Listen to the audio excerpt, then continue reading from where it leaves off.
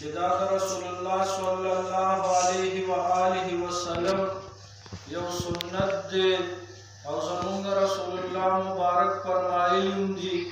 اعلنوا بالنکاح تاسو خلکو ته خبر ورکئ اعلان وکئ په نکاح سره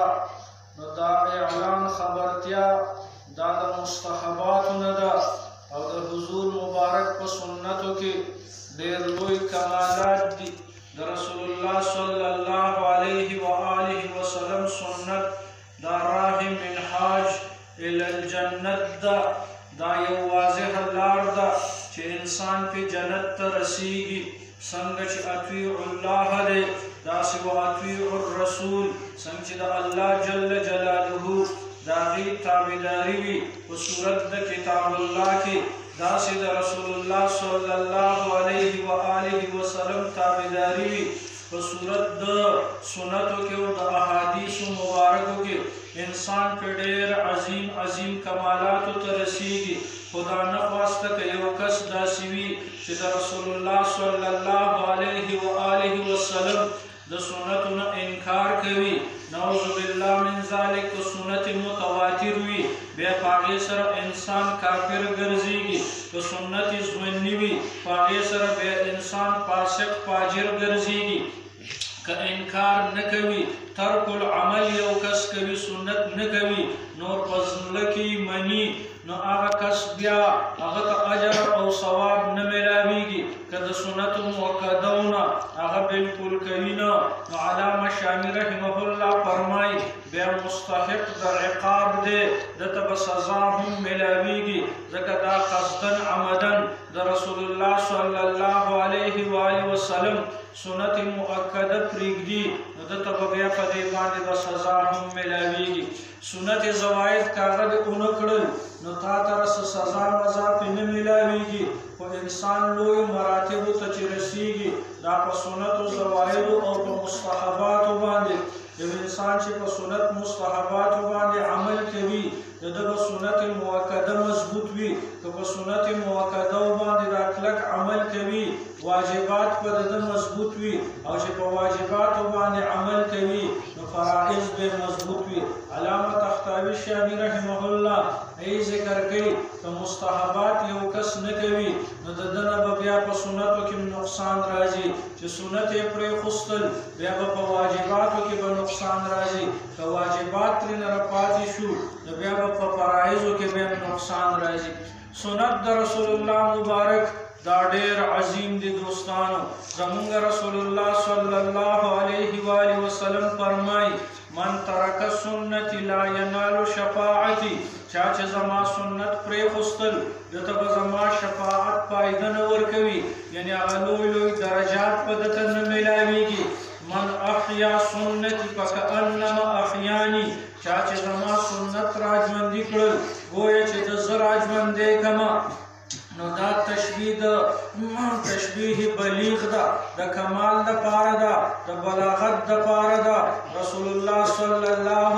علیه و آله وسلم په خپلو سنتو باندې ډېر زیات خوشحالیږي کم قسم چې د رسول الله مبارک سنتو باندې کلک عمل کوي د ده ځنکدن به اسان وي په خبره کې چې رسول الله صلی الله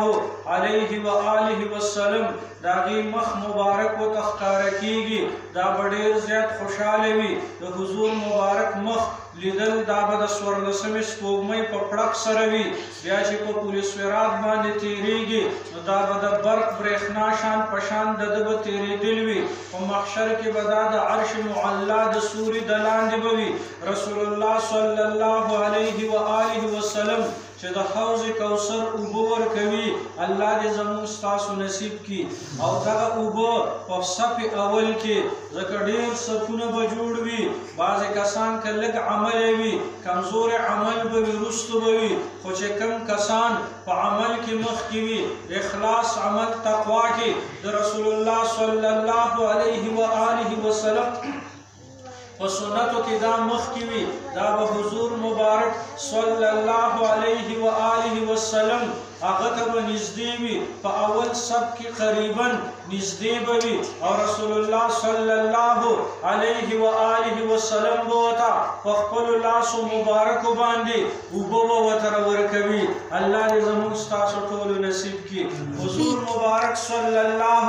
علیه و آله وسلم به د دې نه ډېر زیات خوشحاله وي. امام بخاري رحمه الله دویم جلد کې ذکر کوي څه کسانو یو طائفه به راشي څه وخت وروستو حضور مبارک په هغوی ته د حوض کوثر اوبه ورکوي. فرشتې به راشي هغه کسان به وروستو کې لرې به کړي. حضور مبارک په آوازو کې چې دا خو زما امتیانو الله جل جلاله له طرف نه نبي کریم صلی الله علیه و آله وسلم ته به وویلی شي چې یا رسول الله صلی الله علیه و آله وسلم دا خو هغه کسانو چې ستا نه رپس دی بد اعمال کول بدعات کول. بدعت هغه ته وایي علامه عینی رحمه الله فرمایي چې دا په مقابل د سنتو کې یو سنت په مقابل کې چې هغه د شریعت او د دین اسلام نه یو څیز نه وي او په مقابل د سنتو کې وکړي مخالف د سنتو وکړي دغه ته بدعت وایي.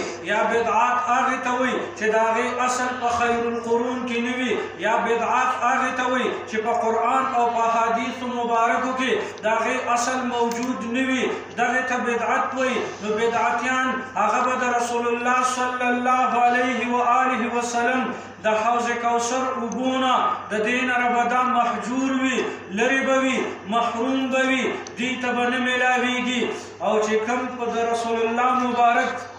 په سنتو باندې ملون وي نږدې وي هغه به رسول الله مبارک صلی الله علیه و آله وسلم ته به نږدې وي او په خپلو لاسو مبارکو باندې به ورته اوبه ورکوي.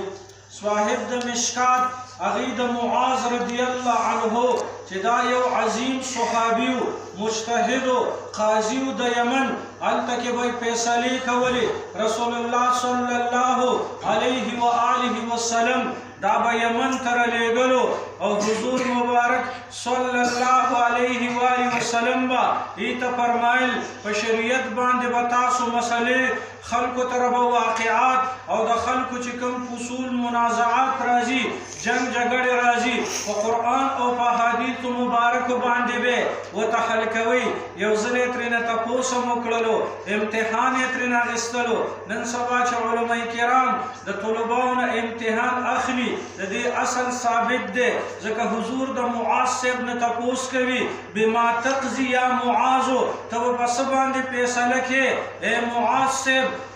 صاحب ورته جواب ورکوي بکتاب الله په قرآن عظیم سا په دې کې به زه مسله ګورم. فإن لم تجد ای معاذ صاحب که چېرته ته په قرآن عظیم کې مسله پیدا نه کړې نو بیا بسنت النبي صلی الله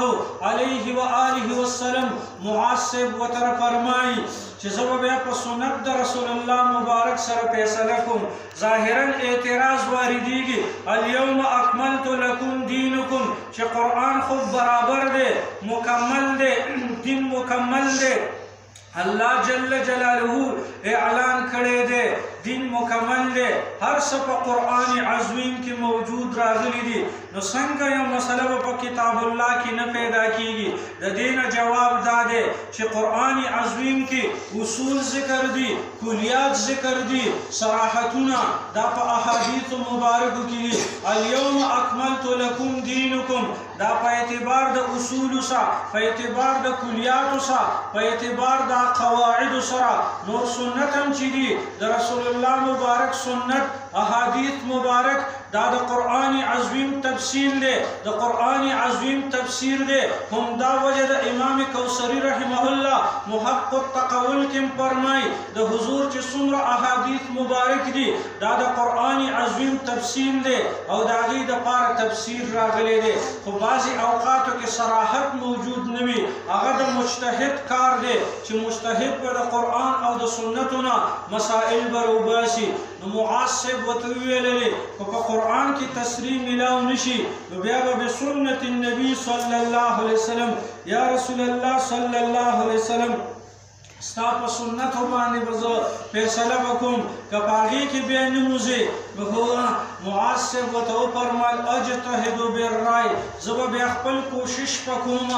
خپل رای قیاس چې د قرآن او د احادیثو مبارکو د هغې موافق وي او شرایطو سره برابر وي نو زمونږ اصول الفقه ذکر کوي بزدوي او داسې توضیح تنویح هغوی هم نور الانوار اصول الشاشي دې ټولو دا ذکر کړي دي القیاس مظهر قیاس دا ظاهرونکی دی اصل مثبت کتاب الله سنت د رسول الله مبارک او اجماع الامت دا نو معاذ صاحب ورته ویل چې زه به اجتهاد وکړم قیاس به کوم قیاس شرعي به کوم د هغې خپل شرایط دي حضور مبارک ډیر خوشاله شولو وی حمد دی د هغه ذات دپاره الحمدلله الذي حمدونه د هغه ذات دپاره دي وفق رسول الله چې موافق یې وګرځو استازی چې معاذ دی رسول الله زمان موافق زمان دا مقصد راغلی و چې د هغې موافق یې وګرځولو نو ډېر زیات خوشحاله شولو معاذ صاحب عظیم شخصیتو دا مجتهدو خصوصا په احکامو کې چې فقه ورته وایي په هغې کې ډېر لوی مجتهد راغلی و عظیم شخصیتو یو ځل رسول الله صلی الله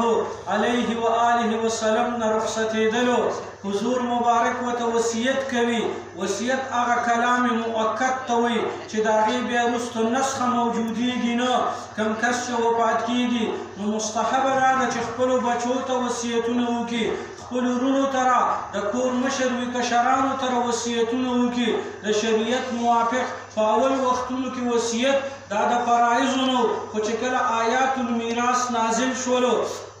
بیا هغه وصیت فرضیت ختم شولو او د میراث نه ماسیوا چې کوم وصیتونه وي نو هغه د مستحباتو نه پاتې شو او په هغې باندې قایم شولو رسول الله صلی الله علیه و آله وسلم معاذ صاحب ترا وصیت کوي چې د خلکو سره به نرمي کې کوم واقعات تا ته مخې ته راځي هغوی سره به نرمي به کوي کوم تا ته فریقین راځي د هغې د دواړو بیانونه به اورې علي صاحب ته هم دا وصیتونه راکړي چې یو کس درته بیان وکړلو فیصله به په هغې نه کې څو پورې چې د مدعا علیه د هغه بیان درته وشولو په هغې باندې مطمئن شوې تا ته به په خپله باندې حق واضحه ګرځېږي په دې کې معاذ صاحب ترې د اخلاقو کریمو د اخلاقو حسنو د هغې وصیتونه یې ورته راکول معاذ صاحب هغه په اوښه باندې ناست دی یمن طرف ته روان دی معاذ صاحب ته رسول الله مبارک هغه ورسره په بدرګه کې روان دی بدرګه دې ته وایي یو استقبالیه ده څوک راځي ته لارې ته وروتلې دا سنت مستحب ده بیا چې میلمه رخصتېږي او ته د دروازې نه ورسره ووتلې نو دا ځان له د سنت او د مستحباتو نه ده یا څوک مسافر هغه رخصتېږي او تا ورسره څه ځای پورې مزل وکړلو دا د مستحباتو او د سننو نه ده رسول الله مبارک معاذ صاحب چې رخصتولو وصیتونه یې ورته وکړل او په آخر کې ورته وایي ای معاذ ته چې واپس راځې او دلته مدینې منورې ته واپس راللې نو زه به نه یم زما سره به ستا ملاقات په بیا نه کېږي دا مسجد النبوي به وي او زما قبر به وي په دې باندې به ستا تېرېدل به وي معاذ ابن جبل صاحب چې کله دا واورېدل معاذ صاحب ډېر زیات خفه شولو ځکه هغه خو عاشق رسولو اصحاب کرام ټول عاشقانو الحمدلله الحمدلله اصحاب کرام د رسول الله مبارک نه د ده نه قربانېدونکي وو زمونږ یو استاد محترمو عبدالواجد خیرخوا صاحب ډېر لوی شخصیت و ډېر ملنګ شخصیت راغلی و هغه ویللي و یو کس واقعي ذکر کوله شاه ولی الله صاحب دا فرمایلی دي چې د نن زمانې یو مسلمان به دا نه وایي چې کاشکې زه د رسول الله مبارک په وخت کې وی نه الله جل جلاله د رسول الله صلی الله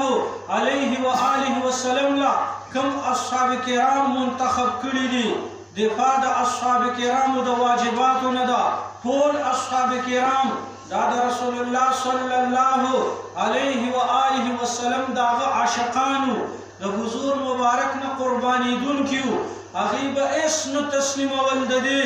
چې حضور مبارک ته څه تکلیف ورسیږي ځان نه قربانون کیو.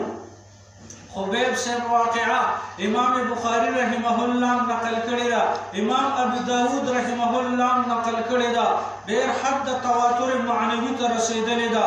ډېره لویه واقعه ده. خو چې کله په دار باندې خیجاو کافرانو ورته وویلې صرف ته دومره ووایه چې زما په دې ځای باندې رسول الله صلی الله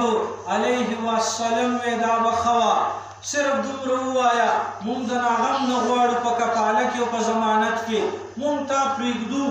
او که دا نه وی نو بس دا دې هر سم تیار کړي په شهادت باندې رسېږي. عام شهادت هم نه دی، وصولی کېدل دي ستا او ډېر لوی تکلیف په تا ته په دې باندې رسېږي. هغه تبسم وکړو، خندا یې وکړله، وایي تاسو ډېر زیات سادهګان یې. در حضور مبارک د هغې په خپه مبارکه کې ازغی تلل دا موږ نشو برداشت کولی، خپل سرونه قربانولی شو، خو د حضور مبارک دغه تکلیف دا موږ نشو برداشت کولی. ښځه وایي بس ستا شهادت خو یقیني دی، خو که په زړه دې څه ارمان وي یاره وایي دا دی چې یو 2 رکعته نفل وکړمه، 2 رکعته نفل یې وکړل، زر زر یې لمونځ وکړلو. د هغه طرز به دا و چې لمونځ به یې ډېر اوږد کولو. چا ترې تپوس وکړه څنګه مختصر لمونځ وکړلو؟ وایي یاره وایي هسې نه، دا کافران ونه وایه چې دا جوړ د مرګ نه یریږي او ځکه اوږده لمونځونه کوي، نو د دې د وجې نه ما دا 2 رکعته نفل زر زر وکړل. دې ته صلات الصبر هم وایي. کم کس ته چې پته لګېږي چې زه په شهادت باندې رسېږم غالب ګمان یې وي، نو 2 رکعته دا سنت دا د خبیب صاحب سنت راغلی دي. الله جل جلاله اجر او ثواب به ورکوي. آخر کې لاس اوچت کړل، وایي یا الله زما حالت دا حضور مبارک ترا زما په دې کیفیت او په دې حالت باندې خبر کې. الله جل جلاله هوا ته وویل د خبیب صاحب سلام رسول الله صلی الله علیه و آله وسلم تر ورسوه. هوا سلام ورسول رسول الله مبارک ته. حضور مبارک سلام واغستلو، اصحاب کرامو ته وفرمایل 3 ساعت ته خبیب صاحب په شهادت باندې رسیدونکی دی. اصحاب کرام خو فدایینو، نن سبا شیعهګان دا ابوبکر صاحب پسې بدې ردې وایي، عمر فاروق صاحب پسې نعوذ بالله من ذلک بدې ردې وایي، حضرت عثمان رضی الله عنه دا خو د تقوا غرونه، دا خو ډېر لوی لوی اشخاصو، دا خو مخپورو، دغینه خو الله جل جلاله راضي رضی الله، الله د دوی نه راضي دی، وردو عنه دوی به د الله نه راضي وي. دغه لوی خلک راغلي وو. الله پاک دې د دې شیعهګانو د روافضو نه محفوظ وساتي، زموږ ستاسو بچي دي الله د دې نه محفوظ وساتي. دغه اصحاب کرام ټول لوی خلک دی. همدا وجه ده د اصول علم الرجال چې کوم قواعد او اصول د علم الرجال دي، علامه ذهبي رحمه الله او همدغه ابن جوزی صاحب عظیم عظیم اشخاص خطیب دی د اصحاب کرامو باندې که څوک هم جرح کوي دغه جرح له هیڅ اعتبار نه دی، او څوک هم چې په اصحاب کرامو باندې جرح کوي نو دا مردود الشهادت دی، شهادت د دوی به ختم وي، هغې له به هیڅ اعتبار به نه وي. اکفار الملحدین کې شاه انور شاه رحمه الله دی فرمایي که څوک اصحاب کرامو هغې باندې څه الزامات لګوي نو دا انسان په دې باندې کافر ګرځېږي. حضرت عائشہ صدیقہ رضی اللہ عنہا دا الحمدللہ زمونږ مور ابیدا که څوک هم بدې ردې وایي دغه خلک تباه و برباد دي، دغه خلکو سره به زمونږ ستاسو مړی ژوندی به هم ورسره نه وي، په خپلو ماشومانو باندې به کړي نظر به ساتو. عرض مې دا چې اصحاب کرام ډېر لوی خلک راغلی دی دوستانو. حضرت معاذ رضی اللہ عنہ ته چې کله را وفرمایل حضور مبارک چې بیا ته واپس راځې نو دا عذب نه یما په دې مسجد النبوي او په روزه مبارکه باندې به ستا تېرېدل وي. معاذ صاحب ډېر زیات خفه شولو، په ژړا باندې شولو. رسول الله صلی الله علیه و آله وسلم لږ راوروسته شولو، خو بیا معاذ صاحب ډېر زیات خفه و. بیا ور مخې ته شو او د هغه د تسلا دپاره دا وفرمایل چې یا معاذ صاحب اس خفغان مکوا ان اولبی المتقون ما ته بنزدې خلق هغه کسان به وي چې هغه تقوا کوونکي وي او دا ما ته بنزدې کسان به وي دا په اعتبار د مکان سره او که چېرته یو سړی په مشرق کې وي او رسول الله صلی الله علیه و آله وسلم مدینه منوره کې خو هغه مشرق کس چې دا متقي وي دا رسول الله مبارک ته نږدې دی الله جل جلاله به دته لویه مرتبه نږدېکت د رسول الله مبارک په محشر کې ورکوي په جنتونو کې به ورته نږدېکت په ورکوي او که دا په عربو او په عجمو کې وي چې په هر ځای کې وي خو چې تقوا کوونکي کسان وي کم کسان متقون وي تقوا کوونکي وي هغه رسول الله صلی الله علیه و آله وسلم ته نږدې دي په مفهوم مخالف صدا معلومه شوه که څوک حضور مبارک ته مکانا دا نږدې وي خو چې حضور تقوا پکې نه وي هغه بعید دی د رسول الله مبارک نه او چې چا کې تقوا موجوده وي نو که هغه مکانا بعیدم دی حضور مبارک ته د تقوا د وجې نه نږدې دی که د حضور مبارک نه یو کس زمانا لرې وي خو چې تقوا پکې موجود وي رسول الله صلی الله علیه و آله وسلم ته نږدې دی که چېرته یو کس عجمي وي خو چې تقوا پکې وي رسول الله صلی الله علیه و آله وسلم ته دا نږدې دی معاذ صاحب په هغې باندې خوشحاله شولو اصل د دین کار دی چې د دین د قرآن خدمت وکړي د احادیثو مبارکو خدمت وکړي نو معاذ صاحب د قرآن او د احادیثو د خدمت دپاره یمن ته لیږلی کېدلو حضور مبارک اصحاب کرام عاشقانو خو د دین د اشاعت دپاره به مختلفو اطرافو ته د دنیا ګوټ ګوټ ته به رسول ځکه اصل د دین خدمت دی الله دې زموږ ستاسو نصیب وفرمایي د علماء کرامو دوستانو ډېر لوی حیثیت دی په معاشره کې الحمدلله د سابق صاحب دی د دې هلکانو کوم ودونه دي الله دې پکې خیر او برکت واچوي په نکاحونو کې نن سبا خلک کم کم قسم نارواګانې کوي څه وخت ختم شوي وي خو اوس هم یکا دوکا خلک هغه دا فسق او فجور کوي دوستانو دا ځان سره یاد وساتئ فتح القدیر عنایه بنایه او داسې کفایه او دوی ذکر کړي دي که کم واده باندې ډول ګډ شولو او بیا وروسته کم کسان ورځي خصوصا خواص ورته ورځي نیکان خلک ورته ورځي نو دغه د دوی دا ورتګ دا مکروه تحریمي دی د هغې واده ته به نه ورځي ولې به نه ورځي ځکه هغې د رسول الله صلی الله علیه و آله وسلم زړه ته درد رسولی دی هغې ته تکلیف رسولی دی حضور مبارک صلی الله علیه و آله وسلم خفه دی الله جل جلاله خفه دی ملائک د هغې نه خفه دي دغه کس په دې سره فاسق ګرځېدلی او د فاسق احانت دا د واجباتو نه دی نو که ته هغې ته ورځې نو په دې سره د هغوی اعزاز کېږي اکرام ورسره کېږي هغه واده ته به ته نه ورځې ځکه چې د هغه د حضور مبارک سنت یې کراس کړي دي نو د فتح القدیر قاعده دا ده چې دغه ځای ته به نه ورځې د چا پیسې حرامې وي نیمې یا د نیمې نه زیاتې هغه ولیمې ته به نه ورځې هغه دعوت ته به نه ورځې د هغې خوراک سکاک به نه کې او چې داسې د علماء کرامو او ښکلي د حضور مبارک د قرآن عظیم تلاوتونه او د حضور مبارک صفات پکې یاد شي نو په دې کې بیا ډېر خیرونه برکتونه وي لکه څنګه چې صابیق صاحب دی مشر صابیق صاحب دی ډاکټر صاحب دی زمونږ استاد زمونږ سره لومړي ځل کې ترجمه شروع کړې وه الله جل جلاله دې غریق الرحمت کی او په قبر باندې دې الله جل جلاله انوارات برکات نازل کی د دې محلې چې څومره کسان وفات شوي مشران الله جل جلاله دې ټول مغفرتونه نصیب کی د هغوی برکاتو د نیکانو خلکو سره د دې چې څومره د دې محلې او د دې کلي کسان دي الحمدلله مفتي صاحب د سره تعلق او ربط او داسې د ټول علماء کرام سره تعلق او ربط او داغي په احوال باندې الله دې د علماء کرام خیرونه برکتونه نصیب کړي شیخ رحمان ولي صاحب دې د دوی کورونو کې د الله خیرونه برکتونه او دا کم نکاحونه رشیو شولو الله جل جلاله دې پورا برکتونه چې حضور مبارک څومره فضیلتونه ذکر کړي دي دوی ته دې نصیب او فرمای څومره میلمانه د بار نه راغلي دي الله دې خیر او برکت نصیب کړي هر قدم دې الله پاک د تل د نیکی کې واچولې کې د کلیوالو